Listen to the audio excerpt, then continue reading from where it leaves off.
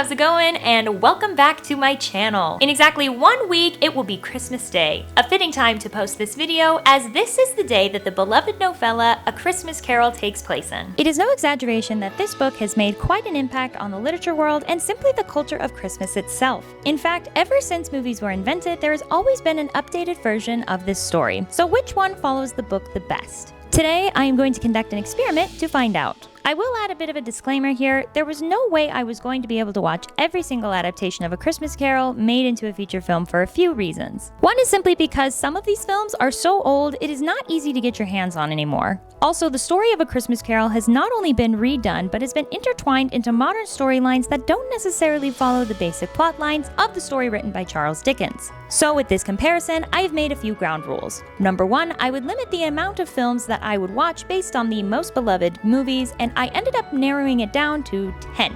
5 animated and 5 live action. Any film that took more of a modern take on this story was not in the running, an example being The Ghost of Girlfriends Past. Also, no TV series that consistently had their own storyline and then threw in their own version of A Christmas Carol would be included either. With that being said, adaptations were not completely off the table, as many of them are consistent with the storyline, an example being A Mickey Mouse Christmas Carol and A Muppets Christmas Carol. Ultimately, these are the films that ended up being in the running to win the prize as the most accurate to the book as well as the most well-loved feature film. For the live-action versions, we have A Christmas Carol 1951, Mr. Scrooge 1970, A Christmas Carol 1984, A Christmas Carol 1999, and A Christmas Carol TV series 2019. For the animated films, we have A Muppets Christmas Carol, Christmas Carol starring Jim Carey, Mr. Magoo's Christmas Carol, Mickey Mouse Christmas Carol, and A Christmas Carol Scrooge Netflix special from 2022. It is no easy feat to win the prize of the most accurate telling of the book A Christmas Carol, because regardless of how you try, every feature film is going to have its differences and its creative freedoms. And I am going to be pretty rigorous about it, especially with the specifics on the Ghost of Christmas Past, present, and future themselves, as they are generally the more important characters that carry the story. In total, I have 38 checkpoints with some opportunities for bonus points if they really pay attention to details. With additives embedded in the storyline, there's an opportunity to win bonus points or to get penalty points depending on what I think about it. Thanks to a random drawing, so I would be able to avoid bias, the first film we started out with was a live-action film, Scrooge, 1970s version. I was surprised to find out that this was actually a musical. And while I am always happy to watch them, I feel that the concept of making it a musical got in the way of making the storyline accurate to the book. Many scenes and timelines in the beginning were completely changed for the sole purpose of making room for mediocre songs that were not even necessarily important. One thing that confused me right off the bat was Scrooge seemingly owning many of the businesses because he funded them. However, it seemed in the book that all he was responsible for was collecting debt from loans that were made. I mean, he was a financial man after all, so not sure what their hopes was with this detail. I will give the movie a break with it being in the year 1970, but I have to admit many of the special effects were truly laughable. There were already quite a few differences to begin with, but the Ghost of Christmas Past was definitely the most notable, making the ghost a proper woman rather than a young shining man, although I did appreciate this line. You don't look like a ghost. Thank you. Also, the Ghost of Christmas Future got barely any time, starting with a scene that never happened, adding in some irony that was poorly placed, brushing over Tiny Tim's death, and when it's discovered he too is in the graveyard, he spends the rest of the time with Marley in a version of hell. Overall, the accuracy score was quite low, scoring only 18 out of the 38 major plot points, and I docked a few points by half as they happened, but much differently than what was described in the book, which totaled it to 16.5 points. I docked an additional 2 points for the not realistic concepts that they decided to add into their own version of the storyline, as well as simply not delivering well with the musical numbers. But they gained a point back, all thanks to Bob Cratchit, who in my character played a wonderful portrayal of the character. In total, that is 15.5 points out of 38, or 40%. Next on the random roster, A Muppets Christmas Carol. I was very excited for this guy to be second on the list, and yes, while I understand this is technically not animated, I mean, come on guys, it's the Muppets. It is certainly riddled with its fair share of creative differences, and I will preface if you are not familiar with the characters of the Muppets, I would suggest watching another one of their movies before this one. I feel like afterwards you will be able to appreciate how each of the Muppets are so perfectly cast. Watching this film comparative to the songs that were sung in the 1970 Christmas Carol film, this movie knocks it out of the park. They're catchy, fun, and the lyrics are far more clever. Here are some of my favorite moments from the film in particular. Our assets are frozen. There he is, old Fuzzy Wig himself. A piece of my mind to feast upon, and I bet he would choke on it. The only thing I didn't enjoy is the Ghost of Christmas Past, less so for being generally not accurate, but like, look at her, she gives me the willies. But besides that, they did a great job with staying close to the original dialogue throughout most of the film, did a great job representing the gradual character development of Scrooge, and the Tiny Tim scene in the future when he dies actually made me want to cry. I don't know how the Muppets made me do that. While this film was very enjoyable for me, I was definitely still strict with the accuracy in the lineup, and there were certain scenes that were so close but didn't quite earn the entire point, with 6 half points only accounting for 3 full points. But overall, they didn't do half bad, with a grand total of 24 out of 38 points, equal to a 63% accuracy. Next up, A Christmas Carol 1999 version. I knew from the get-go that I was going to like this version. While it was odd seeing Charles Xavier as a grumpy Ebenezer, I was very impressed with the way he was played. Definitely a different approach than what was usually done, but I actually appreciated that. Rather than him being a crotchety old man, he was a very stern businessman, which, after all, is his main flaw. Also, the way that the cast portrayed the dialogue, especially from Mr. Scrooge in the beginning, was incredibly natural and flowed so smoothly, I truly did feel like a fly on the wall rather than watching a film. Even though the film itself is rather short, only barely an hour and a half, there are some slow parts of the film, but I do believe it is because they took great measures to make sure it was an exact replica of what Charles Dickens wrote. I was honestly shocked by how many aspects of the book they were able to cram into this film in such little time, but it didn't feel forced at all. If you are big fans of BBC timepiece dramas, this will definitely be your cup of tea, but otherwise it might get some getting used to, as there are little to no portions that beg for comedy and enjoyment from the audience. With that being said, they scored big points, with their 3 half points being doubled by 3 bonus points, of them adding even more book aspects that I even forgot to put in my checklist, making it a grand total of 35.5 points out of 38, or a 96% accuracy to the book. Moving on to Mr. Magoo's Christmas.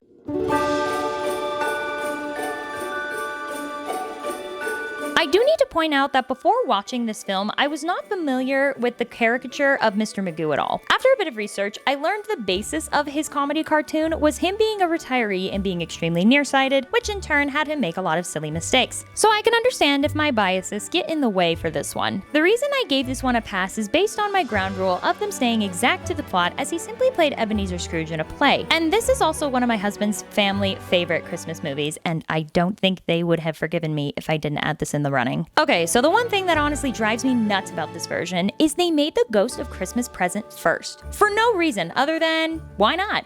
Why? Why would you do this? I might just have an OCD brain, but you know what? It bothers me so much that they are docked 2 points for it. This is also a musical, and some of the songs are good, and some of them just... We're despicable. Razzleberry dressing twice. Razzleberry dressing or razzleberry gravy of razzleberry dressing. Probably my least favorite Tiny Tim of all time. We get it, kid. The only thing you care about are razzleberries. As far as accuracy goes, I was very surprised of how many checks they missed, one of the worst ones being completely taking out Fred's character. Combined with all of the points, half points as well as getting points docked for Tiny Tim being incredibly annoying, they ended up with only a few percentages higher than the lowest score so far, at 17.5 out of 37 points, or a 46%. Next, we are introducing the only TV show in the running, A Christmas Carol 2019 TV series. This was the longest film adaptation that I watched for this entire experiment, so I had high hopes that they would leave no stone untouched when it came to the details, and it could not be further from the truth. Because this film was a whopping 3 hours long, I was shocked that Scrooge didn't even get back to his house until I was an hour in. So it was very drawn out and slow, but there was also a lot more background added in for the Cratchit family and Jacob Marley. I definitely expected this to be more spooky, but I was not anticipating it to be so incredibly dark. Literally and figuratively. But what was most interesting to me was that all of the dark aspects they brought into the film were incredibly accurate for things that happened in England during the 19th century. None that happened in the book specifically, but ones that could have potentially happened, such as Mary Cratchit's way of making extra money, Tiny Tim's specific diagnosis, and and poor working conditions during that time. I also think making Ebenezer incredibly mentally ill rather than simply grumpy was a great different approach to the character. It's clear that he suffers from OCD, as well as traumatic flashbacks from his past abuse, causing him to frequently talk to himself and withdraw from human interactions. While I appreciated these aspects for a drama, it definitely dipped more into the horror aspects than what I would have preferred. One scene in particular I felt was unnecessarily vile, and it wasn't even remotely related to the story, which definitely made me enjoy this version a lot less. And since there was such an emphasis on making it a horror drama, the accuracy suffered the most. With the combination of creative differences and an entirely different take on why Scrooge is the way that he is, they only made 8.5 marks, or a dismal 22%, making it the least accurate depiction of the original story of A Christmas Carol so far, and most likely will take last place out of all the films. Moving on to A Mickey Mouse Christmas Carol. In harsh contrast to the previous story of A Christmas Carol 2019 TV series, after I watched this one, I would consider it the most child-friendly version. With classic familiar characters of the Mickey Mouse Clubhouse, it is a beautiful retelling that I have fond memories of watching when I was a child. It was also the shortest film as well, which was funny that the shortest and the longest version of the stories I watched ended up being side by side with each other. You cannot imagine my belief, seeing that this was only 30 minutes long. Was it weird to see Donald Duck really happy as Fred? Maybe a little. And Goofy being the equally selfish Marley? Absolutely. But other than that, I think that the remainder of the characters were perfectly cast, including Jiminy Cricket, who in no way looked like the ghost of Christmas Past, but definitely had the right vibe somehow. But it was pretty 50-50 as far as accuracy, mainly because of their time restraints. They really had to pick and choose which memories were the most important to view from the past, present, and future. Overall, they hit 18 out of 38 points, equaling out to 47%. A Christmas Carol 1984 version. When I was putting together this list and getting suggestions from my family member and friends, this one was named several times as being an all-time classic. And I have to say, after watching this film, I probably would say something similar. They really tried to be true and simple with the story, with some added details. One aspect that I especially enjoyed was Scrooge's attitude about Christmas is not a grouchy sentiment, but a mockery, which I find more realistic of a tone in the dialogue he uses rather than being agitated. He pokes fun at people for taking Christmas so seriously, being more so of a school bully than a tyrant. This is the only movie that checked off almost every single box, but they did not get 100% so easy. Many of the aspects they added in were very similar to the book, but they missed the mark on timing in several cases, so there was a good amount of half points they received. But overall, I really enjoyed it. If you are looking for a no bells and whistles, simple but enjoyable Christmas Carol rendition, I would certainly recommend this one. Almost reminds you of a good movie to have on in the background. Overall, they did alright with accuracy, many of which were added as half points and ended up with an overall score of 82%. Scrooge 2022 Animated Netflix Special. This is the most recent adaptation of the Christmas Carol story that we will be reviewing for this experiment, and I have to say, I'm annoyed. The animation is too good. I was starting to catch feelings for Fred, or in this case, Scrooge's nephew that was renamed Harry. Not sure why they renamed half the characters. The animation was so cute, the characters were so fun, and I think they really went above and beyond, making so many connections to Scrooge's past, connect with the Cratchits and his love for Tiny Tim, emulating the love he felt for his sister, and the effects of what he did in the present, making butterfly effects in the future. I love that detail so much, enough to give them a bonus point. Also, another bonus point goes to Prudence because she is just an icon. As I neared the end of the film, I realized that a lot of this music sounded familiar. They say happiness is the folly of fools. I like life, life likes me. I like life, life likes me. Thank you very much, thank you very much. That's the nicest thing that anyone's ever done for me. Thank you very much. Thank you very much. That's the nicest thing that anyone's ever done for me. I'm so glad that I watched the Albert Finney 1970 version first, because I realized watching this Netflix special is not only are some of the songs the same, it's the same composer. But before the movie could come out, the composer passed away, so the movie made sure to pay homage. This film showcased great singing voices, Scrooge in particular having the best pipes. Despite it having nearly the same plot as the 1970 version, there were a couple of points they caught aside from their bonus points, so they ended up just above them in accuracy at 44%. A Christmas Carol 1951 version.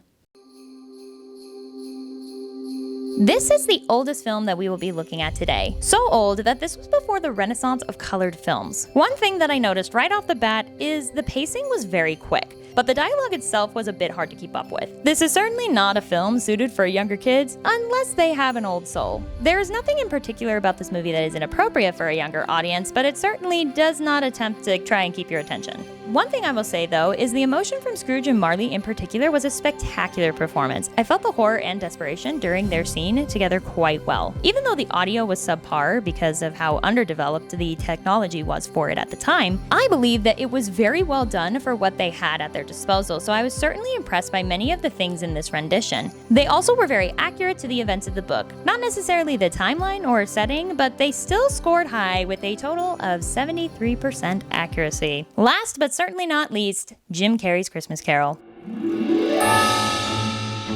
It's fitting that this is the last film that was in the random drawing because even before the experiment, this was one of my favorite renditions by far. I think that there was such a good blend of book accuracy as well as making sure there were elements of fun and humor sprinkled throughout. While I don't think they made the Ghost of Christmas Past exactly like it was in the book, this was by far one of the most accurate depictions. It has some spooky vibes without being too much, not including when the Ghost of Christmas Present literally turns into a skeleton at the end of the night. The only thing that I will dock points with is the unfortunate reality that the type of animation it took to bring this masterpiece to life can be hard for people to swallow, as it often triggers the uncanny valley effect. For those of you who do not know what the uncanny valley effect is, it is basically your brain telling you, even though something looks human, there's something off about it, which explains why some people have icky feelings when they see dolls or animatronics, as this too falls into the spectrum of the uncanny valley. Although I do think that the animation has improved over the years since its pioneer days of the Polar Express, I understand it is not one you can easily get over if that is something you are sensitive to, which is going to dock them a point. But I myself am not very much affected by the uncanny valley effect, so going based off of my personal biases, this still to this day is one of my favorites, and they did very well on accuracy points, with 32 out of 38 checks with a total of 82%.